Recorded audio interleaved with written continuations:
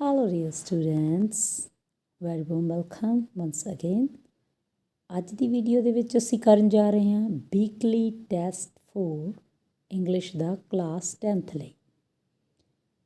ਹੁਣ ਆਪਾਂ ਅਗਰ ਤੁਸੀਂ ਕਰ ਲਿਆ ਹੈ ਤਾਂ ਚੈੱਕ ਆਊਟ ਕਰ ਲਓ।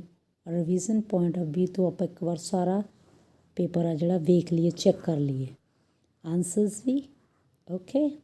ਸੋ ਕਰਦੇ ਹਾਂ ਸਟਾਰਟ ਬੇਟਾ। ਇਹ ਦੇਖੋ ਤੁਹਾਡਾ ਵੀਕਲੀ ਟੈਸਟ ਜਿਹੜਾ 27 ਨੂੰ ਸੀ, 35 ਮਾਰਕਸ ਦਾ ਹੈ। First of all poster comprehension ਆਈ ਆ, ਓਕੇ। ਹੁਣ ਧਿਆਨ ਨਾਲ ਪੜ੍ਹਨਾ, 5 ਮਾਰਕਸ ਦਾ ਹੈ ਕੁਐਸ਼ਨ ਅਤੇ MCQ ਦੇ ਰੂਪ ਵਿੱਚ ਹੈ, ਤਾਂ ਕਿ ਅਸੀਂ ਆਨਸਰ ਫਾਈਂਡ ਕਰ ਸਕੀਏ। ਇਹ ਬਹੁਤ ਈਜ਼ੀ ਨੇ ਸਕੋਰ ਕਰਨੇ ਨੰਬਰ, ਇਹ ਗਵਾਉਣੇ ਨਹੀਂ ਕਿਸੇ ਵੀ ਤਰੀਕੇ ਨਾਲ। ਪੋਸਟਰ ਦੇਖੋ, eating healthy matters, tips to remember, ਅਤੇ ਸਾਡੇ ਕੋਲ ਥੱਲੇ 9 ਪਿਕਚਰਸ ਬਣੀਆਂ ਹੋਈਆਂ ਅਤੇ ਨਾਲ ਹੀ ਉਹਨਾਂ ਦੇ ਕੁਛ ਨਾ ਕੁਛ ਲਿਖਿਆ ਹੋਇਆ, ਜਿਹਨੂੰ ਅਸੀਂ ਧਿਆਨ ਨਾਲ ਪੜ੍ਹ ਲੈਣਾ। ਇੱਥੋਂ ਹੀ ਸਾਨੂੰ ਆਨਸਰਸ ਮਿਲਣੇ ਨੇ ਸਾਰੇ। ਚੂਜ਼, ਫਸਟ ਵਨ ਦੀ ਗੱਲ ਕਰੀਏ, choose local variety fresh and seasonal foods, okay. Second one ਹੈ ਫੋਲੋ ਦਾ 1/3 ਵੈਜ ਰੂਲ।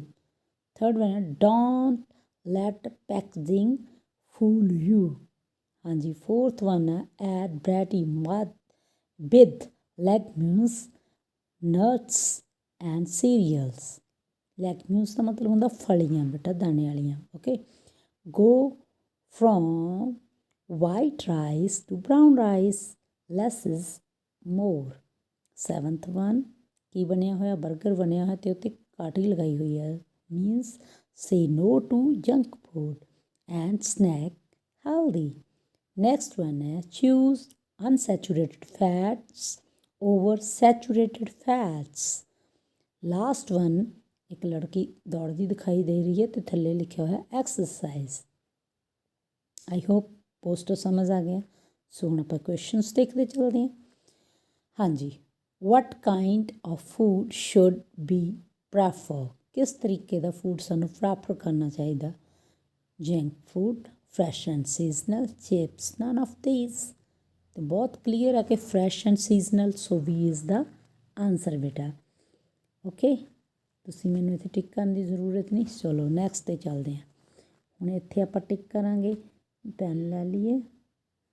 ਸੋ ਪਹਿਲਾਂ ਪੜ੍ਹਨਾ ਪੈਣਾ। ਵਾਟ is the exact part of vegetable in healthy diet. ਇੱਕ ਹੈਲਦੀ ਡਾਈਟ ਦੇ ਵਿੱਚ ਕਿੰਨਾ ਹਿੱਸਾ ਵੈਜੀਟੇਬਲ ਹੋਣਾ ਚਾਹੀਦਾ। ਉੱਥੇ ਅਸੀਂ 1/3 ਰੂਲ ਪੜ੍ਹਿਆ ਨਾ, ਸੋ 1/3 ਇਜ਼ ਦਾ ਆਨਸਰ। ਹੁਣ ਇਹਦੇ ਲਈ ਆਪਾਂ ਫਿਰ ਵੀ ਇਹਦਾ ਆਨਸਰ ਹੋ ਗਿਆ।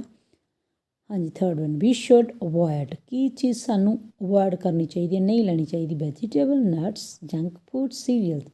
ਇਹਦਾ ਆਨਸਰ ਹੈ ਜੰਕ ਫੂਡ, ਹੋ ਗਿਆ। ਚਲੋ next one, fourth one question ਦੇਖੋ ਬੇਟਾ, which fat is good for our health. ਉੱਥੇ ਉਹਨਾਂ ਨੇ ਕਿਹਾ ਸੀ choose unsaturated fat over saturated fat. ਇਹਦਾ ਮੀਨਸ ਅਨਸੈਚੂਰੇਟਡ ਫੈਟ ਸਾਨੂੰ ਚੂਜ਼ ਕਰਨੀ ਚਾਹੀਦੀ ਹੈ, ਠੀਕ ਹੈ। ਸੋ ਇਹਦਾ ਆਨਸਰ ਹੋ ਗਿਆ। ਨੈਕਸਟ ਵਨ ਆ, what is the most important activity to keep our body healthy. ਕਿਹੜੀ ਐਕਟੀਵਿਟੀ ਸਾਨੂੰ ਕਰਨੀ ਚਾਹੀਦੀ ਹੈ ਆਪਦੀ ਬਾਡੀ ਨੂੰ ਸਹੀ ਰੱਖਣ ਲਈ, ਫਿਟ ਰੱਖਣ ਲਈ। Exercise, sleep, reading, speaking. So body ਲਈ ਕੀ ਆ ਬੇਟਾ, ਐਕਸਰਸਾਈਜ਼, ਜਿਹੜਾ ਲਾਸਟ ਵਨ ਸੀ। ਸੋ ਇਹ ਹੋ ਗਏ ਸਾਡਾ ਪਹਿਲਾ ਕੁਐਸ਼ਨ ਡਨ ਬੇਟਾ। Second question, section B supplementary reader book 'ਚੋਂ ਆਬਜੈਕਟਿਵ ਟਾਈਪ ਕੁਐਸ਼ਨ ਆਨਸਰਸ ਨੇ। ਪੈਨ ਲੈ ਲਈਏ, ਇੱਥੇ ਵੀ ਆਪਾਂ ਨਾਲ ਹੁੰਦੇ ਮੈਂ ਤੁਹਾਨੂੰ ਟਿਕ ਕਰ ਦੱਸਦੀ ਹਾਂ। ਰਾਈਟ ਆਪਸ਼ਨ ਚੂਜ਼ ਕਰਨੀ ਹੈ, 6 ਮਾਰਕਸ ਦਾ ਹੈ। Sophia was a rice merchant, true or false. ਇਹ ਟਰੂ ਆ ਬੇਟਾ, ਹਾਂਜੀ ਉਹ ਰਾਈਸ ਮਰਚੈਂਟ ਸੀ। Sophia had dash children, half are rupee worth 'ਚੋਂ ਆ ਇਹ, ਉਹਦੇ 5 ਚਿਲਡਰਨ ਸੀ। So D is the answer. Next ਆ, to whom does the poet pray to in this poem, where the mind is without fear। Poem ਦੀ ਗੱਲ ਹੋ ਰਹੀ ਹੈ, ਰਵਿੰਦਰਨਾਥ ਟੈਗੋਰ ਦੀ ਲਿਖੀ ਹੋਈ ਹੈ ਜਿਹੜੀ। ਕਵੀ ਕਿਸ ਅੱਗੇ ਪ੍ਰਾਰਥਨਾ ਕਰ ਰਿਹਾ, ਕਿਹਦੇ ਅੱਗੇ, ਗॉड ਅੱਗੇ। ਸੋ ਇਸका आंसर क्या हो गया बेटा, गॉड। नोट कर लिया, ओके। नेक्स्ट वन, चलो जी। फिफ्थ क्वेश्चन है, to whom did Bobby Gillian give $1000। $1000 ਦੇ ਵਿੱਚੋਂ ਕੁਐਸਚਨ ਪੁੱਛਿਆ ਕਿਹਨੂੰ ਦਿੱਤੇ ਸੀ ਉਹਨੇ ਆਪਣੇ $1000 ਮਿਸ ਹੇਡਨ ਨੂੰ ਦਿੱਤੇ ਸੀ B। ਇਹਦਾ ਆਨਸਰ ਹੈ। 6th question ਹੈ, the blind man was selling dash on the work site. ਇੱਕ ਉੱਥੇ ਬੰਦਾ ਜਿਹੜਾ ਬਲਾਈਂਡ ਸੀਗਾ ਉਹ ਕੀ ਵੇਚ ਰਿਹਾ ਸੀ? ਪੈਨਸਲਸ ਵੇਚ ਰਿਹਾ ਸੀ ਬੇਟਾ। ਸੋ B is the answer. Okay, ਇਹ ਆਪਣੀ ਸੀ ਆਬਜੈਕਟਿਵ ਟਾਈਪ 6। ਆਈ ਹੋਪ ਕਿ ਤੁਸੀਂ ਸਾਰੇ ਸਮਝ ਲਏ। ਹੁਣ C ਸੈਕਸ਼ਨ ਦੀ ਗੱਲ ਆ ਰਹੀ ਹੈ। ਮੇਨ ਕੋਰਸ ਬੁੱਕ ਦਾ ਪੋਇਟਰੀ ਸੈਕਸ਼ਨ ਹੈ, ਇਹਦੇ ਵਿੱਚ ਪੋਇਟ ਦੀ ਗੱਲ ਹੋ ਰਹੀ ਹੈ। ਅਤੇ ਹੁਣ ਕਹਿੰਦੇ read the stanza and answer the questions. ਲਓ ਜੀ, ਹੁਣ ਦੇਖੋ ਕਿਹੜੀ ਪੋਇਮ ਦਾ ਸਟੈਂਜਾ ਆਇਆ ਇਸ ਵਾਰ। Where the mind is without fear. ਠੀਕ ਆ, ਆਹ ਸਟੈਂਜਾ ਦਿੱਤਾ ਵੇ, ਥੱਲੇ ਇਹਦੇ ਨਾਲ ਰਿਲੇਟਡ ਕੁਐਸ਼ਚਨਸ ਦਿੱਤੇ ਹੋਏ ਨੇ। ਰਾਈਟ, ਇਹ ਤੁਸੀਂ ਇੱਥੋਂ ਲੱਭ ਕੇ ਕਰ ਸਕਦੇ ਹੋ ਅਤੇ ਮੈਂ ਡਿਸਕ੍ਰਿਪਸ਼ਨ ਦੇ ਵਿੱਚ ਲਿੰਕ ਦੇ ਦਾਂਗੀ। ਆਪਾਂ ਜਿਹੜੇ ਇੰਪੋਰਟੈਂਟ ਸਟੈਂਜਾਸ ਅਤੇ ਪੋਇਮ ਵੀਡੀਓ ਬਣਾ ਚੁੱਕੇ ਹਾਂ ਸਾਰੀ, ਉਹ ਤੁਸੀਂ ਉੱਥੋਂ ਦੇਖ ਕੇ ਕਰ ਸਕਦੇ ਹੋ ਬੇਟਾ। ਸੋ ਇੱਥੇ ਮੈਂ ਟਾਈਮ ਵੇਸਟ ਨਹੀਂ ਕਰੂੰਗੀ। ਸੈਂਟਰਲ ਆਈਡੀਆ ਵਾਲੀ ਵੀ ਪੋਇਮ ਬਣ ਚੁੱਕੀ ਹੈ, ਆਲਰੇਡੀ ਤੁਸੀਂ ਕਰ ਚੁੱਕੇ ਹੋ ਸੈਂਟਰਲ ਆਈਡੀਆ ਵੀ। Where the mind is without fear, ਇਹ ਵੀ ਤੁਸੀਂ ਉੱਥੋਂ ਵੇਖ ਲੈਣਾ। ਹਾਂਜੀ, ਸੈਕਸ਼ਨ D ਰੀਟਰਾਂਸਲੇਸ਼ਨ ਦੀ ਗੱਲ ਹੋ ਰਹੀ ਆ, ਪੰਜਾਬੀ ਟੂ ਇੰਗਲਿਸ਼। ਪਹਿਲਾਂ ਮੈਂ 2 ਘੰਟੇ ਤੋਂ ਪੜ੍ਹ ਰਿਹਾ ਹੋਵਾਂਗਾ। ਸਾਡੇ ਕੋਲ ਆਪਸ਼ਨਸ ਦਿੱਤੀਆਂ ਹੋਈਆਂ ਨੇ 4, ਇਹਨਾਂ 'ਚੋਂ ਅਸੀਂ ਸਹੀ ਵਾਲੀ ਪਿਕ ਕਰਨੀ ਹੈ। ਮੈਂ ਪਹਿਲਾਂ ਹੀ I shall have been reading for 2 hours। B ਦੇ ਫਿਰ ਅਗਲਾ ਬੀ ਵਾਲਾ ਪੋਸੀਬਲ ਹੀ ਨਹੀਂ ਹੈਗੇ ਹੈ ਨਾ। So first one is the answer ਬੇਟਾ। ਫਸਟ ਵਨ ਹੈ ਇਹਦਾ, ਕਿਉਂਕਿ ਮੈਂ ਦਾ ਹੋ ਗਿਆ ਆਈ, ਇਸ ਲਈ ਇਹ ਵਾਲਾ ਇਹਦਾ ਆਨਸਰ ਹੋ ਗਿਆ ਬੇਟਾ। ਲਓ ਜੀ, ਹੁਣ ਆਪਾਂ ਨੈਕਸਟ 'ਤੇ ਚੱਲਦੇ ਹਾਂ।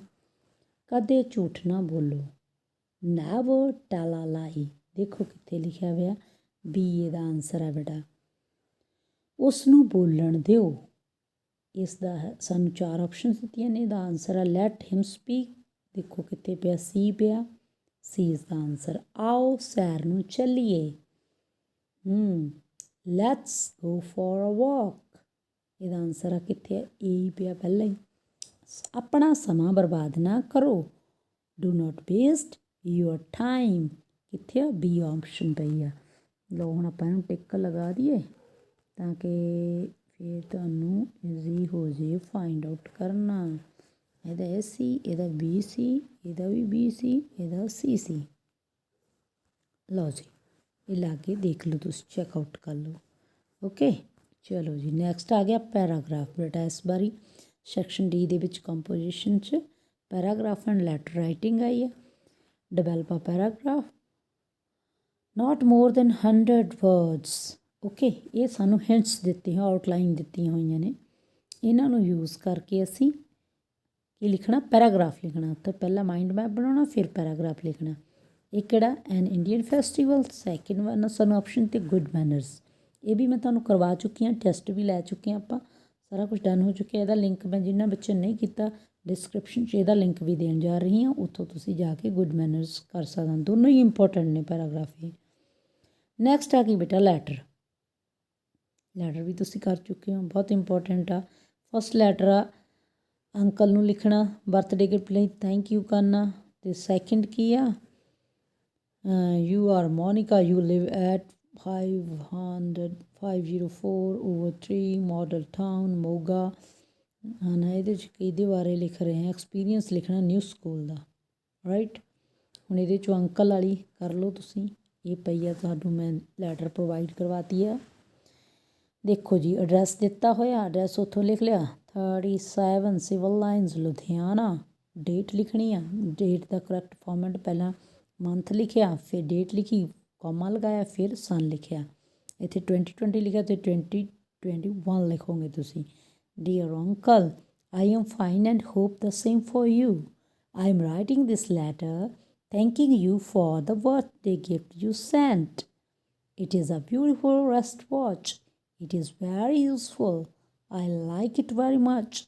I shall keep it with great care. I thank you once again for this lovely gift. Regards to Aunt, yours Bhushan। ਜੋ ਨਾਮ ਉੱਥੇ ਦਿੱਤਾ ਹੋਇਆ ਉਹ ਤੁਸੀਂ ਲਿਖ ਦੋਗੇ। ਸੋ ਇਹ ਸੀ ਤੁਹਾਡੀ ਲੈਟਰ। ਇਹਦੇ ਨਾਲ ਤੁਹਾਡਾ ਜਿਹੜਾ ਸੀਗਾ ਵੀਕਲੀ ਟੈਸਟ 4 ਪੂਰਾ ਹੋ ਗਿਆ। ਜਿਹੜੇ ਮੈਂ ਡਿਸਕ੍ਰਿਪਸ਼ਨ 'ਚ ਲਿੰਕ ਦੇਵਾਂਗੀ ਉਹ ਤੁਸੀਂ ਉੱਥੋਂ ਜਾ ਕੇ ਕਰ ਲੈਣੇ ਨੇ। If you done, then very, very, very good. If you not do it now, ਬੇਟਾ ਇਹ ਰਿਵੀਜ਼ਨ ਆ ਫਾਈਨਲ ਐਗਜ਼ਾਮ ਔਰ ਪ੍ਰੀ ਬੋਰਡ ਲਈ ਬਹੁਤ ਜ਼ਰੂਰੀ ਆ। ਸਾਰੇ ਵੀਕਲੀ ਟੈਸਟ ਚੰਗੇ ਤਰੀਕੇ ਨਾਲ ਕਰ ਲਓ। ਓਕੇ ਬਾਏ ਫॉर ਨਾਓ ਬੇਟਾ, ਮਿਲਦੇ ਹਾਂ ਅਗਲੀ ਵੀਡੀਓ 'ਚ।